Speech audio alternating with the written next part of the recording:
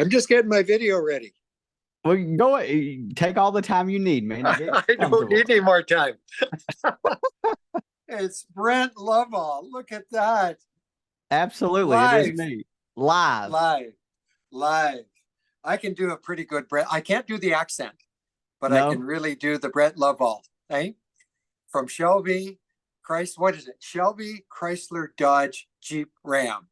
yep, What did you like about that XL 254? Just when you do that, it's just amazing. Eh? yes. That was an abbreviated version. So, And the first thing that I notice is your accolades in the back. oh, What are yeah. all of those?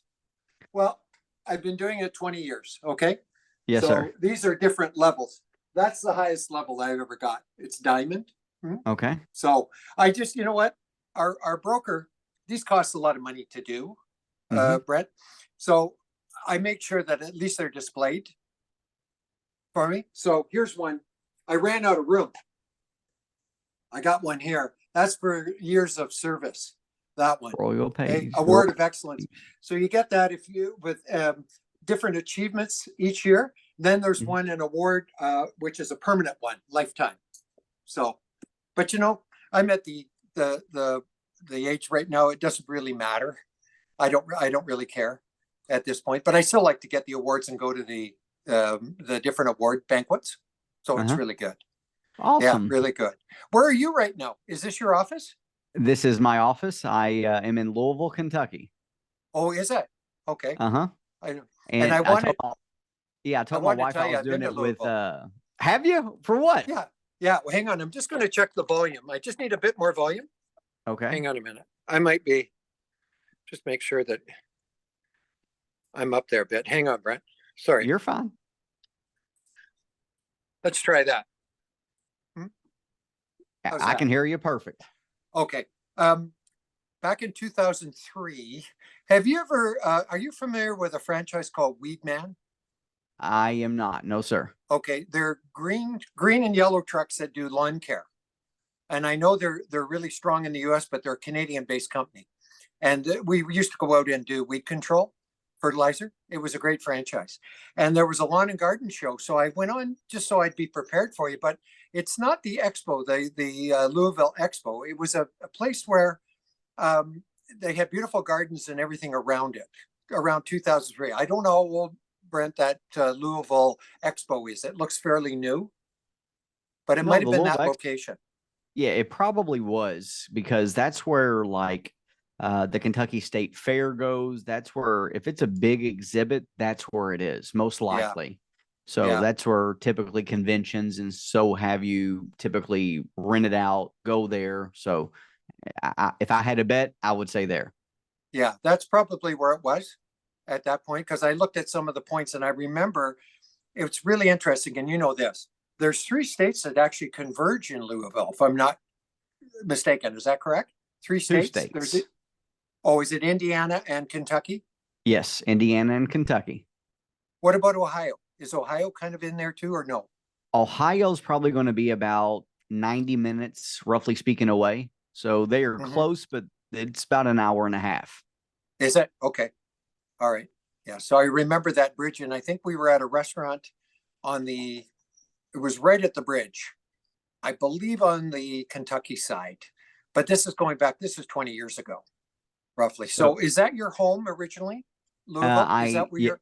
yes, sir. So I was born in Michigan. However, my dad was up there working for a company.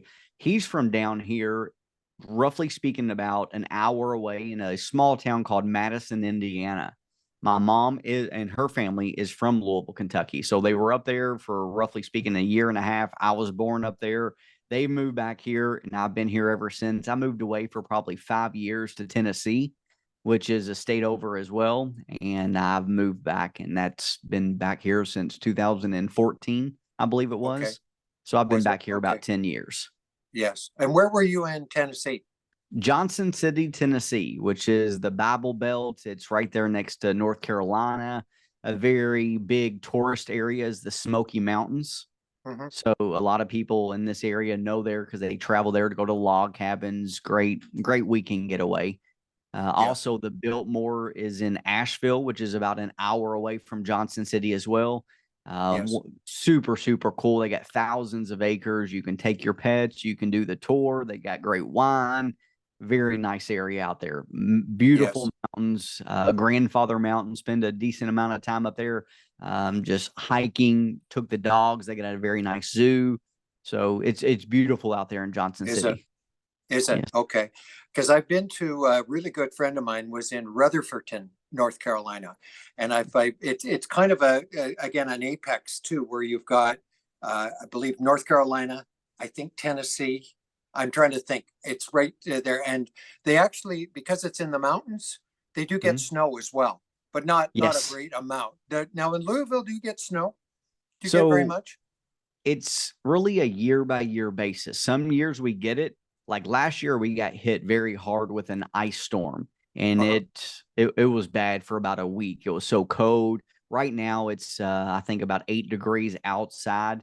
Um, I think it's -4, 5, or 6 with the windshield, so it's pretty cold right now. Yeah, we're in Celsius, as you probably know. We've switched from Fahrenheit, I don't know, 30, 40 years ago. So we're -12. And I only relate to Celsius now. It took me a long time, but if I still think of feet, inches, it's still, and you know I'm a realtor, obviously you know that. We still have all our measurements in square feet. And Okay. we've got so many young people that are in our business now, Brent, that learned in metric. So for them to relate to square feet, but it's still our listing agreements do show metric measurements if you want to use it, but Hmm. primarily we're still doing it because an acre is 44,000 square feet. I mean, that's the way it is. So yeah, Yeah. so that's that. So we're experiencing some snow, but I could have probably after Christmas cut the lawn here. That's how mild it was. Because we're Yeah. we're we're pretty far south. Like here's my geographics, just so you know. Have you been to Canada? Have you been I here have. to Toronto? I've never been to Canada. No, sir. Okay, well, definitely you're going to come sometime. All right. So to my left, which is north of us, 15 minutes is the city of London, Ontario, and that's got 400,000 people. Okay. Behind me is about an hour and a half, and you get to Detroit. It's Windsor, actually, is the Canadian side, Detroit, Hmm. Michigan. This side is 10 minutes, and you're at Lake Erie, 30 minutes to Cleveland if you went by boat. But Cleveland would be, we've driven a 6 hour drive to Cleveland from there. So actually, Cleveland's kind of on the way, Brent, to you. Like you're on Highway I-75, where Yep. you'd keep going, obviously through Ohio and then into Kentucky, where you veer off and take another highway to get into Cleveland. Yeah, so that's Absolutely. our geographics. Now, just so to finish, Toronto is 2 hours from me here. Okay. And Toronto is a mega city. You may not be familiar with it, but there's I six am. million people. Yeah, six Yeah, million it's people. huge. Yeah. Yeah, yeah, and a very, very nice city too. Overall, your family would love it if you'd ever get a chance to visit. I think Yeah. you'd enjoy it. I've always heard Toronto's very clean, Oh, even just way unbelievable! nicer than most parts of the US. Yeah, it's absolutely beautiful, and we our cultures are somewhat different. A lot of things that are common. However, we just don't have violence or of any sort. I think if anything, you might have a homicide rate of about 40 people when you look at 6 million population, which is pretty darn good. And unfortunately, south of us in Detroit, there's probably from the core 10 miles out, maybe 20, you can't even go in, Brent. I don't know if you've been into Detroit recently or I have whatever. not. No. Where in Michigan were you born? Which Right, city? but Dearborn, Oh yeah. Oh right yeah. beside Detroit and all of that. Yeah, Yes. and Dearborn is really Islamic now. Yes. it's yeah. In fact, all the signage the last time I was there are in Arabic. Like they've got English and Arabic. It's almost like the province of Quebec, which is next to us. Most of the signage is in French, even though we're bilingual. So, mhm. So that's that. So that's where we are. Yeah. So Yeah. tell me this much. Where did you grow up at? I was born here, so my community is 40,000 people. My dad was a military person, so he was stationed at different places. And then we moved to a little town called Caledonia, which is probably an hour and a half from Toronto. And then my dad was transferred. He was in the food business. He was transferred to Toronto. So I was raised in the city of Toronto, which was probably better for us, Brent. It gave us more opportunity. I was fortunate, like you know, to have a lot of good friends in school, people that wanted to work. Like we were kids, we were working, Brent, at 11, 12 years old. You know, we were out in the golf course picking worms, or, you know, we were selling fruit at the side of the road. We were delivering newspapers. We were just we were middle class, some kids that, you know, just grew up and wanted to do the right thing and moving on. Yeah. So that's so the city of Toronto, believe it or not, was about 1 million people when I was there. And now there's close to 6 million, but they've taken in, I don't know how big Louisville is now, but, you know, do you have outside areas that would be included in the municipality?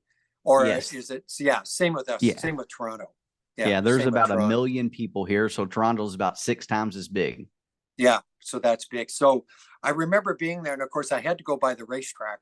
When you get to the track, the Derby track, you really can't see very much from the road, can you? I mean, that was No. I could see the guys, the warm up guys that were out Yeah. there. You know, the little they weren't probably the jockeys; they were the guys that do the exercising. That's Yeah. about all you see because it was pretty far away, and they had things blocking the fence, so you really couldn't get much much of a view per se. Yeah. They've built it up where you can't see anything now. Right. There's, yeah. And it's all corporate now, isn't it? Yes. It's all really corporate. And I remember friends of mine who were into racing at that time, you know, kids, we were betting because there was a track in Toronto called Woodbine. And racing is very big in Canada. Like it's huge. Our thoroughbred racing is really big. Anyway, I can remember them going to the Derby, going there. And I don't know what it cost at the time, but I'm talking in the 70s at that time. And now it's Okay. changed. Like it's a real conglomerate now, isn't it? Yes, It's it is huge. Do you go? Do you go?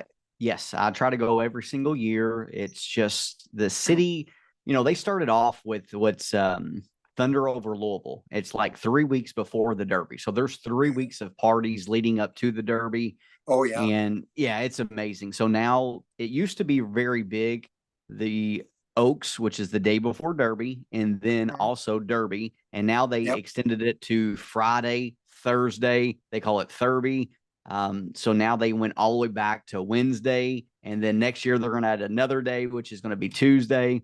So they just keep adding it. More and more people keep going. So we went this past year, me, my wife, my sister, and brother-in-law. Had a great time. It was awesome. Yeah. What does it cost now to get in, Brett? Is it kind of a thing like to go to the Super Bowl? Like you have to order your tickets right after the event for the next year? Would that be the case? No, that's not the case, but the longer you wait, the more expensive it gets. So yeah, and there's so many different levels now. Like the most expensive is going to be like Millionaires Row, where it's going to cost you probably $25,000 a ticket or more. You can still go to the grandstand, the infield, for probably $50 or $60 a ticket. Those do sell out pretty quick. And for the most part, you can only see certain parts of the track. You have the big, huge screens where you can watch it, but you can't watch them around the whole, running around the whole dirt. You can't do that track. So you can't see it. Yeah, so you can see parts of it. And, you know, for me, I always try to go on the inside where, God forbid, if it's raining, if it's bad weather, if it's cold. This year was perfect. It wasn't too hot. It wasn't raining. It was just beautiful. So it had a great turnout, great time. We sit outside, dress up. That's the best part. It's just dressing up. Everybody's got a great feel.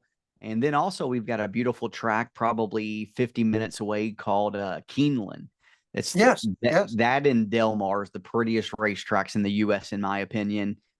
Gorgeous, and everybody goes there to dress up every single day. And they do 2 meets a year, right around my birthday. So I always try to go around October. I took the kids, my 1 and 3-year-old this year, 3 different times. They absolutely love it. So they like the horses. Wow. I know they mentioned Keeneland because I think they do some pre-racing, don't they, before the Derby? Isn't that a qualifying race?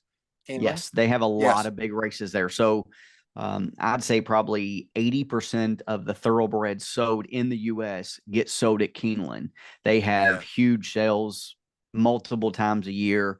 It's huge out there. So yeah, Right. Keeneland, very, very nice, beautiful, more historic. They haven't, made it more modern. It's just more historic. So it's beautiful. Right.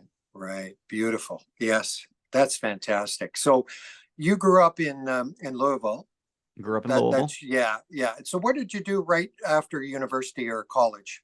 What did So you do? very good question. So I Yes. did not, I knew college was not for me. I was Yeah. always smart and made good grades, not great grades, but I made good grades. But Hmm. I've never truly applied myself. I was more interested in, like, I don't want to say selling because I didn't sell, but I was more interested in reading books about mindset. I already knew that I wanted to sell something. Didn't know what, but I knew I wanted more than, I grew up in a rough part of Louisville where most people get factory jobs, more people, they're just blue collar individuals. And that's great. My stepfather, he's that way. My real dad, him and my mom split up super, super young. He's moved to different states inside the United States, and he's always been in sales. So I believe that I got that from him. My mom, she's more of an introvert. My dad can talk to anybody.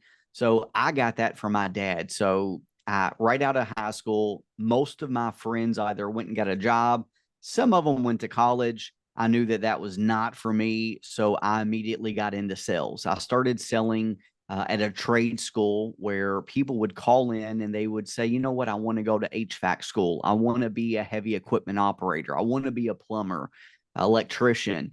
And most of those individuals don't have the 10, 12, $15,000 to go to school. So what would happen is you would have to find them a cosigner, such as me. I would have to reach out to their loved ones, tell them that they're trying to better themselves. And, not everybody has that support system that would allow them to have the luxury of finding an actual, career. So I did that for about a year and a half, 2 years. And then right after that, I started selling investments over the phone, sold oil and Yes. gas wells, sold coal mines over the phone, did that for about 12 years. And then that led me into the automobile industry. The Right. automobile industry, I did that for 9, 10 years, roughly speaking. Started off as a salesperson, worked my way up to running the internet department at a dealership, used that to move up. And then I started running a Ford dealership. When I say running, I mean, I was pretty much in charge of the day by day Yes. sales aspect. I Yes. was learning the service industry part of it. I was learning the parts part of it. So and then that's when I got out March 7th of this past year, 2023. Me and my wife didn't know what I wanted to do. So I took a 6 month hiatus of just traveling, just kind of trying to find myself. When I was in car sales, the worst part about car sales to me is I would always go like very hard 6 days a week. I never took my off day except Sunday when we were closed, and 80, 90 hours a week for 5 straight years. So I wanted to take a break. I had 2 kids at that point of my life. So I truly just wanted to take time, spend time with them, and get closer with my kids, travel with my wife, because we wouldn't see each other truly except for, when I left in the mornings, she was asleep. When I got home, we were pretty much putting the kids down. And then I'm so wore out for the day where I pass out literally as soon as I lay down, sit down, what have you. So we traveled for about 6 months, just going everywhere that I wanted to go. We love animals. So we visited a lot of zoos, aquariums. My dad, stepmom, they live out there in Charlotte. So we went out there and spent some time with them. And then right after that, we literally just hit the road, drove all the way down the East Coast. We didn't know where we would go. We would literally, no plans at all, nothing. We would just, you know what, I want to go there when we're passing a sign up or something.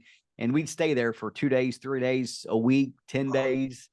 And we literally found ourselves going city, city, city, city. And we went all the way down the East Coast, all the way to Key West. We've been to multiple times to Key West. Love that place because it's so relaxed and just chill. And it's got an amazing vibe. So I think we spent about a week and a half down in Key West. And then we left Key West and we stood on the west part of Florida, and we did the same thing all the way back up. We boarded the dog, and I hate keeping a dog boarded for a long, long time, So we traveled all the way back up there on the west side of Florida, went back home, stayed for about a week and a half, boarded him again, and we traveled more. We were about to go to Niagara at one point, and then I understood that you had to, the better part of seeing Niagara Falls is on the Canadian side. Oh, there's no question, Brent. Yeah. So I started doing research on that, and I was like, you know what?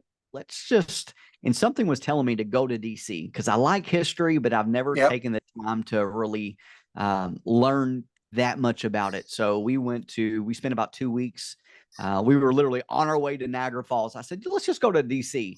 And then we spent about a week and a half in DC, and I fell in love with the city. And then it kind of got me on a kick where we started visiting presidents' homes. And then that took us to Virginia because so many presidents, I think it's been 4 or 5 presidents or more, have been from Virginia. So then we went to Virginia for a few weeks. So we just traveled, and then we came back again. And then her mom used to live, she's from Colorado. So her mom at that point was living in Missouri. So then we go to Missouri for a couple of weeks. So we just traveled and had an amazing time, and, look up and it's been 4, 5, 6 months or what have you. And then me and my wife were. Sorry, Brent, I think I lost you. Yeah, I don't know what happened. My wife is way more tech savvy than I am. So I said, hey, you got to come in here and help me. Oh, that's great. Hello there. How are you? Red hair, eh? Not red hair. She's blonde. He said hello. Blonde. Hello there. Hi there. How are you? Nice meeting you. Nice meeting you. Exactly. So it just froze. Yeah. So I think I remember your first podcast. You talked a lot about that. Like you gave us your history. I remember that. Right? Yeah. I remember. So yeah, I'm an open book. People ask all kinds of questions. Whatever people ask, I'm happy to share. So we traveled a long time, and then me and my wife started talking about what I'm going to do. And she said, you know what, you need to do this. And that's sales training because you love it.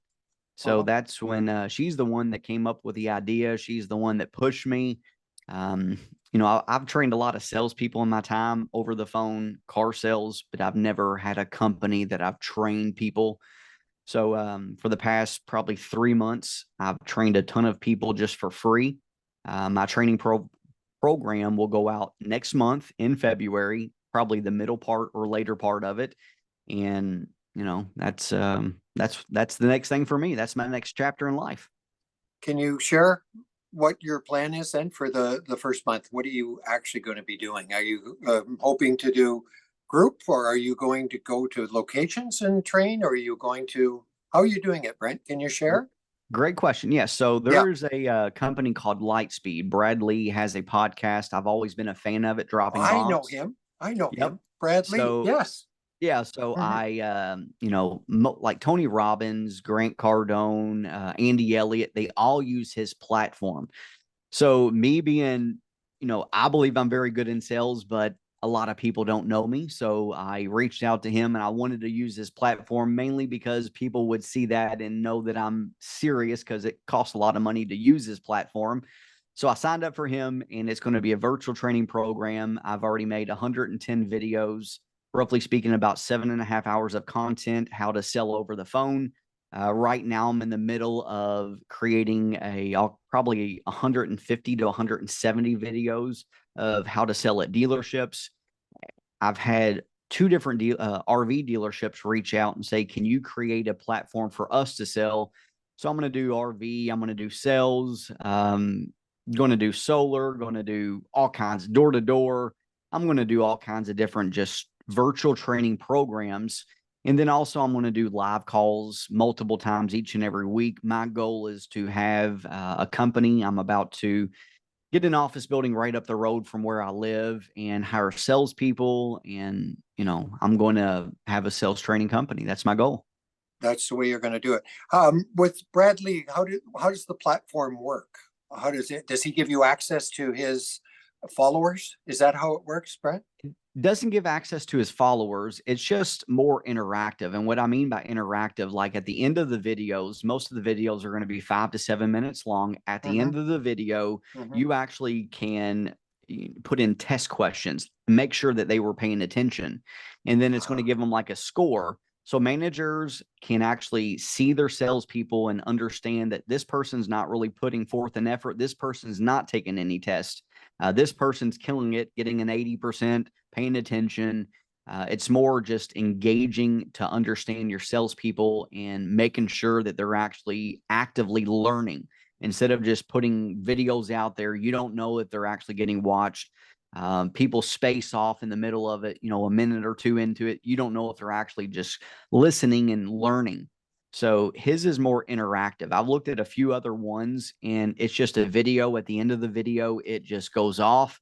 And I'm not a fan because I understand if you're at work watching them, you're going to truly not know if they paid attention, Gotcha. So that's part of the reason why I picked this course as well as platform. So that'll be going live next month. Super, super excited. It's taken a lot of time, energy, and money to get it to where I am right now. Can't wait to do that.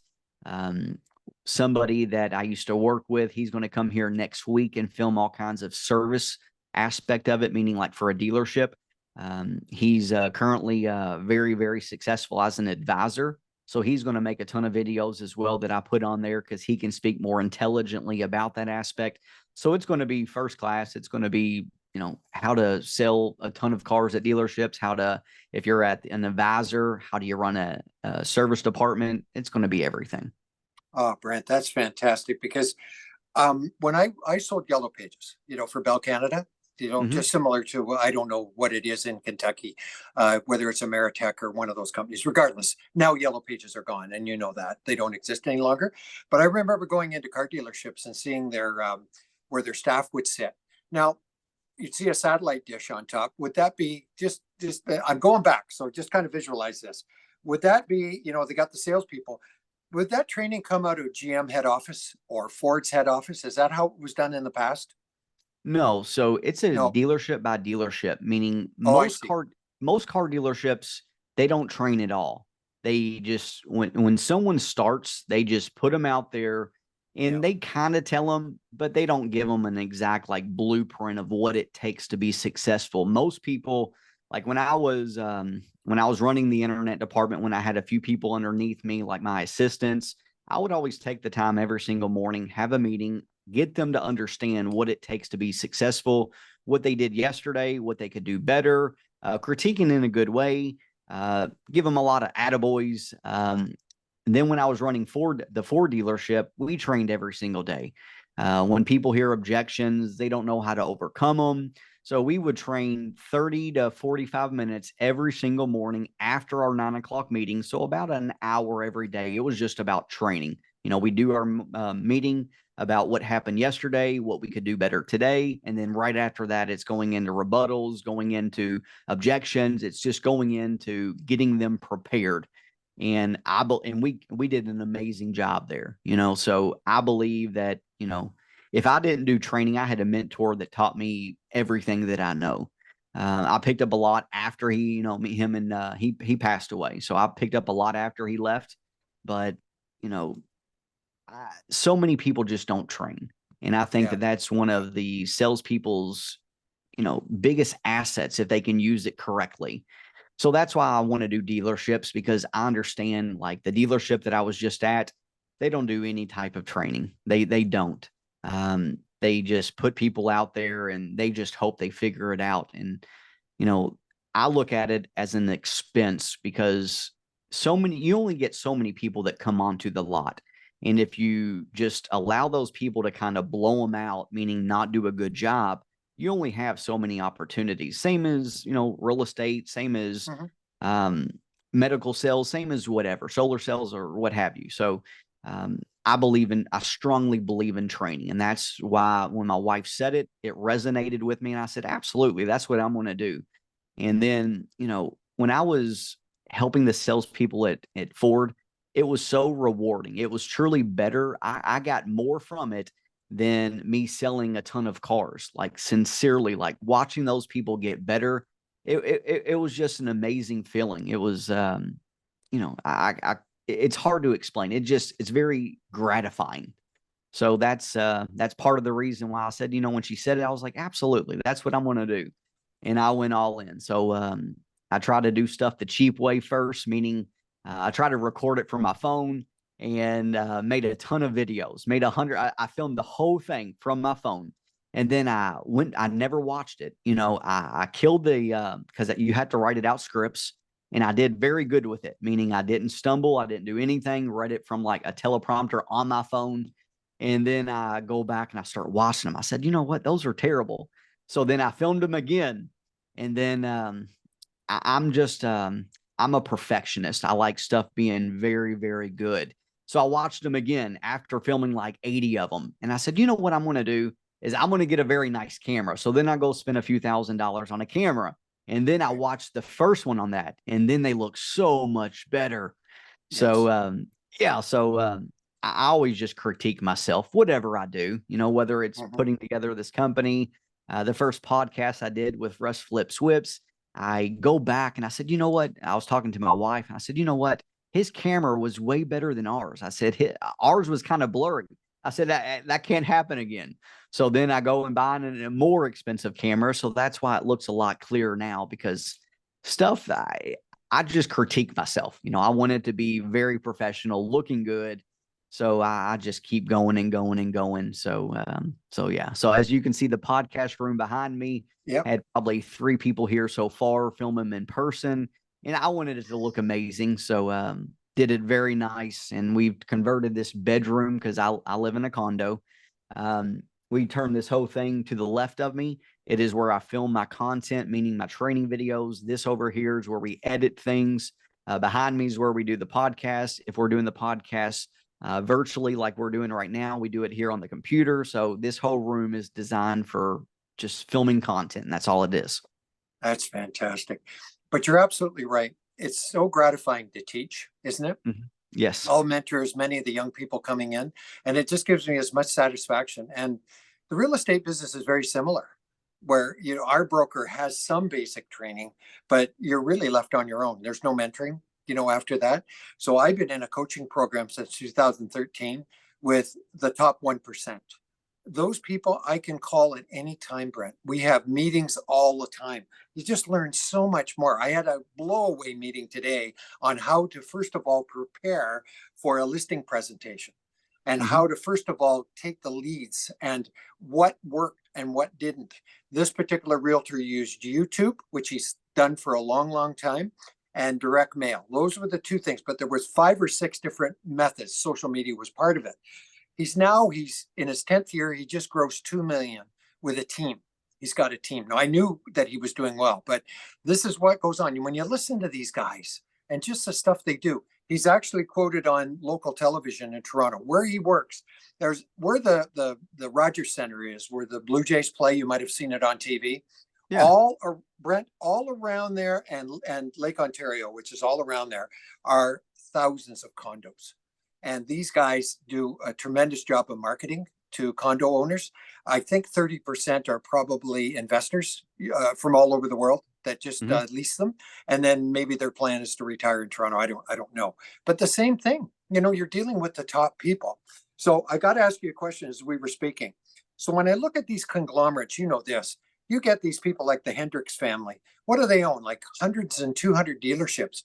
Yes. Would you be approaching them, Brent, like to be able to, because I'm sure that they could have you on a podcast to all their locations, because they're every car dealership, aren't they? They are every manufacturer, correct? They're every manufacturer. They are huge. Yes, I'm going to reach out to every single person. It's just going to take time. I didn't want to I didn't want to pre-approach it, meaning like trying to sell it if everything is not ready. Yes. I could have launched it 2 months ago when I filmed them on my phone, like I said, and I just wanted to be perfect. I wanted to be clear. I wanted to be just very, very nice. And and we're finally there. So, and now I got to do the RV. Now I got to do the solar, but I'm taking it one step at a time. I know phone sales are huge. A lot of people actually outsource them. I was just messaging somebody that owns a telecommunications company, and he outsources all of his telephone sales now to India. And I was telling him, you need to do it inside the US. And so many people are doing that just to save money. But I don't believe I would ever do that, because I would rather train them here locally. And he said, well, I give them scripts and they do everything. And I disagree with that subject. I know he saves a ton of money. I know why he does it, because he makes more money. But, so to answer your question, yes, I will be marketing to everyone. As soon as it goes live, that's when I'm going to go hard. That's when I'm going to start hiring salespeople so they can make calls as well. That's when I'm going to actually have an office where people will come into salespeople so we can do it live in person. I'm going to start here locally, and then I'm just going to grow it. But the main goal is to have a huge company helping all industries, because, I talked to somebody last night doing another podcast, and he's from Mobile, Alabama. And something that his company does very, very good is training. They train every Tuesday, every Thursday. This individual's been doing it for 3 years, and he's making right around $200,000, a little bit more than he said, about 220. And in this person, he started off at $8 an hour, went to $12 an hour, went to $16 an hour, got in sales. And then his first year, he made just under 100. Second year, made over 100. Third year, he made over 200. So they do it right. And that is to invest in their people. And that's why, the company, from my understanding, is absolutely crushing it. And now that they're expanding and going bigger than just Mobile, Alabama. So, they do it the right way. And that's what I want to do it as well. I'm going to just start here locally, and then I'm going to expand. I don't want to do too much where I take on too much where I can't, actually, I want to do it the right way, and I want to do it. I understand. So yes. So that's my goal. That's my game plan. And you know what? It's so, when you look at our coach, our training group, Richard Robbins is his name. He spends a lot of time in Florida, but he is outside of Toronto. Anyway, he's got the coaching team. So there he was today. He was in Florida today, introduced Tom Story, who did his 1.5-hour presentation. So you can do it from anywhere. So the participants on this today, there's probably 1,000 coaching members. There was 300-400 people on that call today, which was fantastic. And of course, as you know, he can go to someone directly to ask a question, or you got the chat. So I can't see why a dealership, there's really no overhead. They're not having to pay you. They don't have to pay you obviously for your service. You know what I'm saying, Brent, but they don't have to have you on the payroll where they're paying benefits and all the rest of it. And then the sales manager and the general manager can spend more time looking at other ways for profitability and allow you to do all the training. It makes perfect sense. Absolutely. It makes perfect sense, doesn't it? And you could be, because I've been in coaching, I couldn't do without it. Here I am now in my 10th year of it. And today I'm still invigorated. And Brett, I'm 72. This kid was 30. Hey, he's 10 years in the business. Sorry, probably 35. So you just get so inspired. I don't know how so when it comes to my brokerage, of 300 people that work there, I hardly talk to any of them. I just talk to my coaching group all the time. There's really nothing in common any longer. If they want to call me for some help or something, or showing a property of mine, of course I'm going to, spend the time. But man, I'm just telling you, you just get all wrapped up with these people and you just can't stop, can you? No, it just gets you too excited. Don't you agree? I agree 100%. So, and you look very good for 70 years old. Thank you. You're the second one to say that today. We were out showing a property today, and I thought this guy was about my age. And you might have heard of Labatt's beer before. Labatt's, I think they have it in Kentucky. They have a big plant here in London. And that's where he worked. And anyway, I said to him, God, how many years did you work there? So he looked much older than me or whatever, but he said the same thing. And I wasn't fishing for a compliment of any sort. I was just kind of saying, hey, we're at par here, pal. We're both about the same age. We can relate to, trying to bridge that gap and get going. Because you've got the same ability that I have. And here we are bragging a little bit. But Brent, I can talk to anybody. I can be in the lineup at the store going to buy a lottery ticket and say hello to somebody, compliment them on their hat, or I like your jacket, or I saw you drive in on that nice Dodge Ram. How do you like it? Like the other day, there was car business way more than I'll ever know it, but GM GM, what's the GM truck model? Help me Sierra. out with it. It could be the Sierra, maybe the one up from that. The one that's got that two-tiered back door. You know what I'm Right. saying? The one that's really loaded up. Anyway, it was an odd color. It was almost over your head. There was that blue that's behind you, the lighter blue. Okay. And it was so neat. So, and I saw the running boards fold in and the mirrors move in. So it was actually at the liquor store. And I commented and I said, geez, that's a beautiful truck. And he said, yeah, thanks very much. So I said, no wonder you get all the good looking girls. And of course he had his girlfriend, but they were the type that got it. Eh? And he joked and laughed about it, but it's really easy to do to get something started, isn't it? Right? Absolutely. We could have gone into a real estate thing. You know, I mean, if we had stood there, I said, you know, what do you do for a living and so on? You can really get people talking. Absolutely. So many easy. people now just don't interact with one another. I think I know. the newer, younger generation, they do not have that. Most of them don't have that ability. Most of them are more introverts, more. Yep. I mean, I know some of them that's young people that are phenomenal, but I'd say statistically speaking, it is going downwards instead of upwards because they just don't do it for whatever reason. So I can talk to anybody, just like you said at the grocery. Sometimes me and my wife will go and I'll just start talking to people, and I know what she's thinking, like, damn, he's just wasting more time. But yeah, I can make a friend with anybody. I get along with everybody. Like you said, your hat, your shirt, and your shoes. I can find common ground. Yeah, I can find common ground to and talk about. Yeah, there's always something that you can find. So 80 and 90 hours a week you were doing. Like that is, what time did you get the store? What time did you get there? 7 a.m., 6 a.m.? I'd get there. So I'd usually get there right at about 6 o'clock, sometimes 5:40, 5:50. And, the way that the dealership is set up, you can start calling internet leads when the service department opens. Service department opens up at 7:30. And the way I looked at it is most other dealerships, their employees get there right on time, 9 o'clock. So that's when they start calling. Most people don't start calling until 9:15, 9:20 after they get coffee and BS with one another. I'd call them at 7:30. And I'd say 1% of other people do that. So I'm already putting myself ahead of the game. I'd get there early, map out my day, like appointments. I do everything. So when the service department opens up, I start calling my internet leads. And then at that time, you make more appointments for the day. So you got to kind of adjust things. And then after that, when I was selling 40, 50, 60 cars, that's a couple cars every single day. So you have to figure out things, other times that you can accomplish the phone calls. Because I would still make 1,500, 1,800 calls a month, plus sell a ton of cars.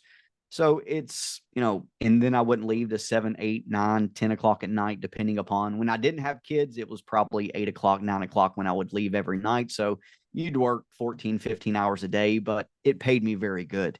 I was on a bad month, I'd make $20,000 when I first started the car sales, when I was doing very, very good. Best month was 46,000 selling cars. No one does that. I had no idea. That's unheard of. Yeah. Like so that's crazy. Like, I mean, and our business, people are making 50 grand a month. Yeah. But I just can't believe it. That is a lot of vehicles. And I remember in the podcast you said, or it was somewhere I picked up that your profit was 5 grand or something per vehicle, which is supposed to be a great number, isn't it, Brent? When you look at it, that's even for a Ram or something that's 70K, 80K. Yes. But okay, so it's still 5 grand, or would it be higher? Because I thought to the company, the profits are huge, aren't they? Like Chrysler themselves, or Solenta, or whatever their new name is. It just depends. Like that was during, we sold a ton of trucks. Trucks have more markup than your smaller cars. Like, like a Volkswagen Jetta. Sold a lot of those in my years. That has anywhere from probably a $600 markup, max $1,100, $1,200. So there's not a lot of markup in that. That's it. And that's from invoice to the MSRP. There's some behind the line money, meaning probably another $500, $600. But dealerships never give that away. So, when you're talking about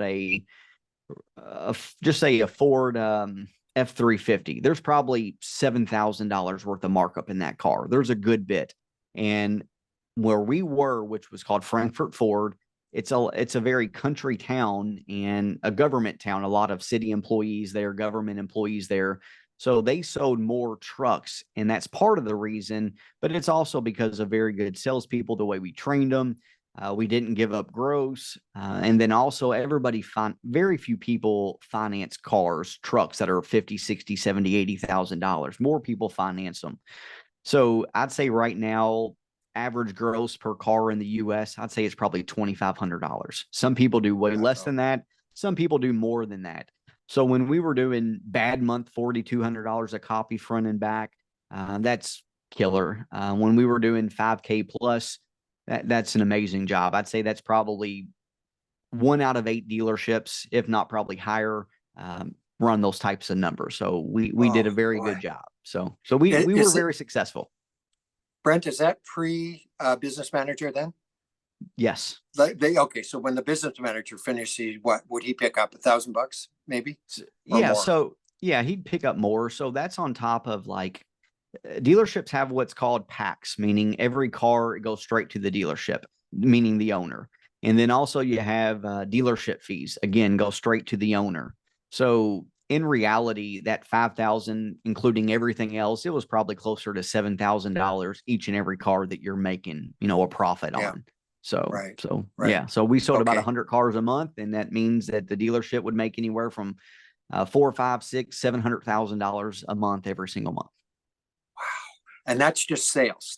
We're not talking the service department out back, are we? We're not talking accessories and parts. Oh, no. Jesus. Wow. So a good dealership, if it's run properly, can make a lot of money. It sincerely can. We paid all of the bills plus way more. A dealership, a good successful dealership, 80% of your bills should be taken care of just by the service department, meaning an 80% retention absorption rate. So I was going to use that term just so you know how intelligent I am. I remember we had a former car salesperson at Yellow Pages, and he said, talk to a dealer on absorption rate. They'll understand that. Pardon me for interrupting, but I was waiting. I wanted to show you. Yeah. So good dealerships, some of them, the service has 100%, 110%. They cover all of the bills. But good ones, they do 80%. When I first got there, I think it was like 25%, 30%. So it was not set up in a good positive structure. And we were pushing the needle as far as we could, but sales, we crushed it. But yeah, got out, love it now, working less in the terms of like working for somebody else. And, now I work for myself. So I will work as hard as I can to build it up, obviously. Right. What were the dealer principals like? I found them, some were okay and some were so rude, some were arrogant. I don't know if you found that. I didn't want to really go down that theory, but that's what I found. So the bigger they get, the more structure, the more they just care about numbers. And I understand from a sales aspect, it's all about numbers. Just like, me, they wouldn't have me unless I was good. If I was terrible, they wouldn't want me. So it's the same way with owners. They're more, you got some places that they own one dealership, some own multiples. And then you got the Hendricks, then you got big, huge ones at Lithia and what have you, and they own hundreds. And if they do that, they've got a system. They've got processes in place where they don't want to bend as much. So yeah, but you've done real estate for 20 years. You said you're 70. So that means you got in when you were about 50. What did you do before you were 50? So here's the history. So once I got out of university in Toronto, I got into the stereo business. And I know you're 40, Brent, so dating back. Remember Alpine made car stereo? There was a product called Pioneer, obviously, Craig.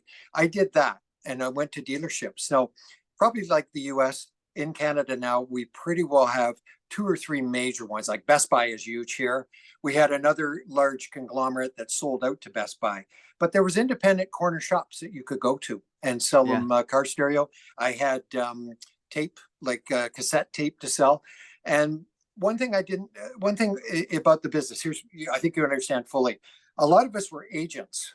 So it means that either you're working on an agency basis with a territory and a contract for some part of Ontario, which is our province here, or they were working out of Japan. And what happens is you usually build up the network, and then people like Pioneer eventually came here directly with their own factory. Kenwood, these are product names you probably know, Yamaha and so on. Yeah. I just didn't see a long-term future when I should have probably stayed in it, because I could have formed my own agency. And if that product line was going to leave, I could have picked up another one, because two friends of mine stayed in it, and they recently sold the company for about 10 million US and bought homes during the time in Costa Rica. But two guys, just like you and me, two really good, solid, like the friend you just talked about, really good guys. So the Yellow Page thing, if you can believe this, back in 1980, they were paying about 50 grand, which 50 grand was a lot of dough, for that. So I thought, let's give it a whirl. And, the first part of it was okay, but there was no growth in it, Brent. There was no what's there. You either become a salesperson and you could make up to 100,000, 120. If you went into management, they were not trained people. They basically just pushed the paper, and they'd make about 40,000. And I thought, who the heck would want to do that? They seemed like all day they were in meetings. I don't know what the hell they talked about, but that was that. But generally, the people who were in management couldn't cut it in sales, and that's why they went into it. So then along the way, my neighbor, he said to me, you should consider the real estate end of it. So while I had the Weed Man franchise, what happened was, not so much in Kentucky, but in Ontario here, they banned pesticides. But I sold my company before that. So now in Canada, we use natural products now, which don't work quite as well on weeds and so on. You may, I don't know if you buy anything at the store. Mind you, you're in a condo, so they probably look after all the land, don't they, for you? They do. Yeah. So I got out at the right time. And then the real estate end of it. And I was so fortunate to go, obviously you're familiar with Keller Williams, that brand name, obviously Remax. In Canada, we're called Royal LePage, and that is, we're the largest company in Canada, but it's a Canadian-based company. Our CEO is just a fantastic guy. So I really like the brand. And I do like my brokers for the brand and for what they provide. Like, we got in-house marketing that does all that for me. Great clerical people that load our listings. But aside from that, if I hadn't gone into coaching, I wouldn't know I wouldn't have enjoyed it. So my best years are just around 300, and that's by myself. Last year, I took on a partner, and but I had been feeding her some business along the way. And last year, it just wasn't, by the end of the year, Brent, you probably saw that in salespeople. I think, hear me out just for a minute. I was just seeing things that she should have been doing. When I would ask for something, I was the lead person, but I'm not a difficult person to get along with. I wasn't on her case or anything like that. I'd ask, okay, can I get this, get that? Oh, I forgot. Things were starting to fall apart. So January 2nd, I called her into the office. I met her and I said, I'm just going to go back on my own. And I'm telling you, I'm super happy. So what you can do in this business is hire an assistant. Now, that assistant can be licensed, meaning that they can speak to clients about real estate. Most assistants aren't allowed to do that. That's our rules. Then there, but they can do all the backdoor stuff for you, the marketing end of it. They can call clients on your behalf to simply say, there's a showing coming up at 2:00. Is there anything I need to do? Or call to tell them that we've got, whatever the case may be, we got an offer coming, or whatever the case. So I could do that for a fraction of the price. And I'm not trying to be cheap using virtual assistants like you talked about earlier, but that's all you need. And the rest of it you can handle on, as long as you're free. And our brokers are good at that. That's why they've got all these systems in place to allow us for time to sell. That's what they have, and which is great. But a lot of real estate companies don't have that. Like, our owners do not compete with us. So if a call came in, and I don't know how you dealt with it, how did you deal with blind calls coming into the Ford dealership? So we have it set Did up. you assign them? Did you assign? Sorry, Brent. Did you assign them to a salesperson, or because our brokers do not make calls on sales? Go ahead. I'm sorry I interrupted. No, you're fine. So we had it set up where when the phone rings, whoever picks it up gets it. Okay. So that created, like, everybody was just so quick to the phone, Yeah. So that's how it's set up there. Okay. So anyway, they don't compete with us from there. So I think, talking to some of the guys in my coaching group, some of them, again, have been in the business longer. It's a kind of business that takes a while to build, just like you did with the car business. And they're up to $1 million. But what they'll do is when they use kind of spillover realtors, the new ones that come in, and they'll say, here, I'll give you this buyer. I'm going away for the weekend, or I've just got too many things on the go. It's generally buyers they get, because buyers take so much more time than a listing sale. So they'll handle them, and then they'll get a 25% referral on that. And it's great. And they'll mentor that young person and always have them ready when they Yeah. need that. And that's the best route to go. I just found, Brent, you're right now at a point where you don't have to answer to anybody. Obviously, your wife, like me, you have to answer that, but you don't have to answer to anybody anymore, right? Which is beautiful, isn't it? I don't. And I've always, like I said, I'm a perfectionist. I'm a hard worker. So I know it's going to go good just because I've taken the time to make sure it will, So, Okay. so yeah, I'm about to start making more phone calls, and that's how me and you found each other, meaning the videos. So I'm about to start doing a lot more videos, a lot more calls, and the podcast is helping out, getting thousands and thousands of listens. So yeah, it's going in the right direction, which I'm very, very happy for. And then on top of that, it's going to allow me more time where to spend with my family in the terms of I want to, when I get that office, they're going to have the kids are going to have their own little play area. They're going to come to work with me every day. And, if I wanted to take a 15-minute break, I can go play with my kids because at a dealership, you couldn't never do that. They were 30 minutes away, 20 minutes away from me at home. So I'm going to have that. And, you know, uh, so I'm excited. I've got a lot of good Exactly. ideas in my head. And now it's just a matter of putting pen to paper. Now it's a matter of getting more exposure, getting a bigger following, getting a bigger audience. And then once the training program goes live, it's just a matter of reaching out to more people, showing them that you can help them. And then it's going to catch on. Once you start helping a few people, they just start telling more and more and more people. So Right. good stuff. So it's a no-brainer. Well, this is fantastic. This is fantastic. What about Canada? Have you considered that as a marketplace? Because we've got numbers of, I think of a dealership in London where he's got virtually every brand. Brent Finch is the name of it. He's got the big store, the big Mercedes store, which I couldn't even imagine what it would cost. But there's a row now where you get there's two Volkswagen dealers, one of them, and then both of them I think have Audi. Now they're building full Porsche stores, like full stores. I can't believe the size of them. And I don't know how big a Porsche market is in our community. I have no idea. Like you would know what kind of numbers of Porsche. Like, did you sell Porsche when you were at Volkswagen? I It was never Porsche. did. I It never was did. straight VW. It was just Just VW. straight So, VW. So it was okay. a standalone point, no other brands connected to it. The brand, the company that owned it owns like 180 different dealerships, a lot. So they have them spread all throughout the US. So they owned Audi stores, but us personally, I never sold one. I've owned one Porsche in my life, Porsche Cayenne Turbo S SUV, very, very nice. It's just a smaller market of people that can afford those.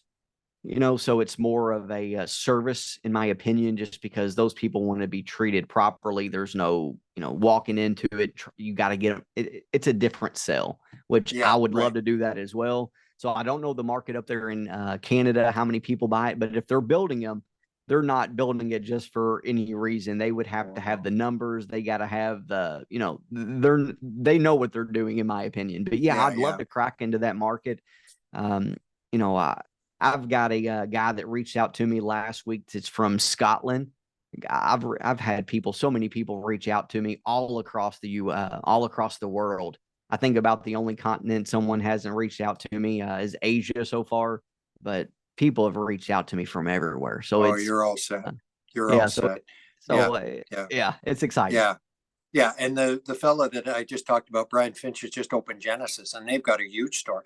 I like that product. I think that's a great vehicle as well. It But it it, I'm it just is cognizant of your time. It's almost 8, so I didn't want to take up any more of your time okay. overall. Yeah, Well, any advice you would like to share with salespeople, new people getting into it, people that's been doing it for a while, they're not that successful? What advice would you give to people? I think it's just building relationships. I mean, if you want to relate to my business in particular, probably the best thing a person can do, Brent, is be at an open house. I mean, obviously you've got to do some questioning and find out where their qualifications are if they're working with someone. But to me, that seems to be the best spot to go. That seems to be it. If you're brave enough, you can even do some door knocking. And I've done it. No one's ever kicked me off the steps. Never, never. I've never had a door slammed in my face. It's just never. And it's nice just to say, look, I've got a buyer in this particular area, and I never do it like you would. You wouldn't do it either. I actually do have a buyer, and I'm looking in a particular neighborhood, and just Yeah. say, here it is. Here, no pressure from me. Here's my card. Sometimes it turns out, but sometimes it doesn't. But that's what you need to do. And really it's mindset. Like you said, behind me is a library of books. You mentioned some authors and I deal with the same authors at the same time. You just got to have the right mindset and never give up. And you haven't. For what you've been through, you're my hero. You have been through so much, and get back on your feet and get going. I tell you, because I listened to your first podcast. Well, thank you. And I know you went into all the detail, and that's you've got quite a story. And I remember I was very angry when someone made a comment about what I'm talking about. Yeah. And your opportunity was, well, everyone deserves a second chance. And I never forgot that, Brent. I'm being very sincere, because everyone does. And look where you've gone now. I'm not doing that to flatter you. I'm just so happy that you had time to talk to me. Absolutely. It's wonderful. Yeah. Absolutely. Yeah. Well, you have my phone number. If you ever need anything definitely. at all, when I come up there to Canada, because I am going to come up there, I will reach out to you. I'll give you a heads up too. Would you do that? Seriously, you're not far. You're not, honest to God. You're not far. You said you're close to Detroit. So, I think I'm only 5 hours from Detroit, 6 hours from Detroit. So yeah, we're closer than you would think, being in Canada. The only thing I want to caution you, in Ohio, the roads are great. In Kentucky, Michigan are awful because of all the heavy trucks. You'll notice that there's potholes, and what I would suggest you do is keep your windows up and just keep going until you get to the Canadian side. So from my home, from there, you're about an hour and a quarter. To Toronto, you're about 3 hours to get to Toronto. Yeah. And, you want to take a break for the kids. There's so much to do. You'd go out of your minds. I don't know. Are the kids into sports? They are 3 and 1. Do they play ball? No, they're 3 and 1. No, so they're not there yet. I didn't know they were that young. I started late. Yeah. Yeah, I didn't know that. I thought they were older by your sound of your podcast. No wonder. Okay. No, they we just got back from Disney. She her birthday's on Halloween. I got a Halloween baby and I got an April Fool's baby. So we just got back from Halloween from Disney a few months ago. So they're not into sports yet. They're more into princesses. They're more into they're not there yet. They will be soon, but not yet.